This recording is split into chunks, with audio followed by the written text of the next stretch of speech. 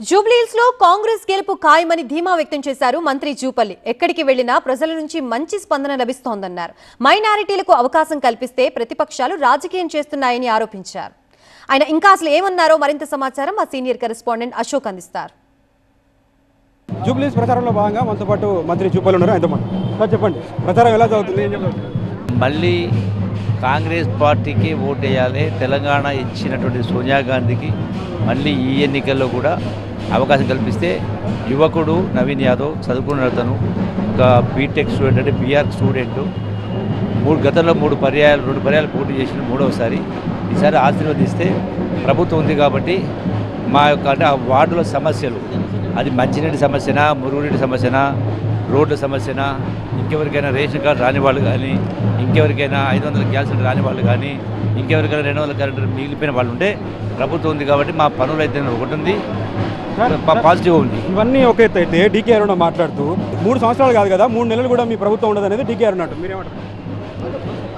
120 సంవత్సరాలు కాంగ్రెస్ పార్టీ ఆ విధంగా వాళ్ళు అంటా ఉన్నారంటే వాళ్ళ అవగాహన రాహిత్యం కావచ్చు, అమాయకత్వం కావచ్చు, రాజకీయ కోణంలో మాట్లాడే ఉద్దేశం కావచ్చు తప్ప ఇంకోటి కాదు. మంత్రుల మధ్య సహాయత లేదు, ఈ పార్టీ కూలిపోయే ప్రభుత్వం అనేది డీకే అరుణ కామెంట్. దాని అర్థం ఏంది? ప్రజాస్వామ్యం పరిడవిలుతూ ఉంది. గత ప్రభుత్వంలో ఇప్పుడు బీజేపీలోనైనా బీఆర్ఎస్లో మాట్లాడడానికి స్వేచ్ఛ లేదు, డిక్టేటర్షిప్, నియంతృత్వం. ఇక్కడ ఎవరైనా ఎవరి అభిప్రాయాలు వెలిపించే అవకాశం ఉంది. కాంగ్రెస్ పార్టీ యొక్క అంటే గొప్పతనం అది. నెగిటివ్ కోణం చూడాల్సిన అవసరం లేదు. సో డెఫినెట్గా వాళ్ళ అభిప్రాయం వెలిపిస్తారు. అభిప్రాయం వెలిపిస్తే తప్పవుతుందా?